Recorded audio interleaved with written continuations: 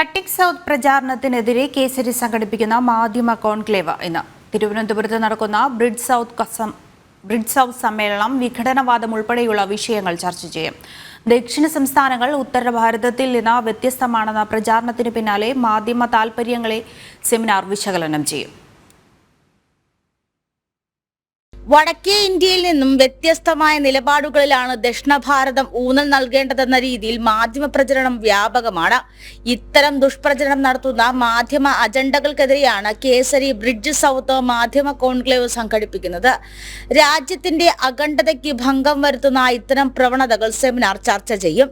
വിഘടനവാദ ആശയങ്ങൾക്ക് അക്കാഡമിക് മേഖലയിലെ പങ്ക്, ചില ദേശവിരുദ്ധത വിഷയങ്ങളും കോൺക്ലേവ് ചർച്ച ചെയ്യും. തമിഴ്നാട് ഗവർണർ RN രവി മാധ്യമ കോൺക്ലേവ് ഉദ്ഘാടനം ചെയ്യും.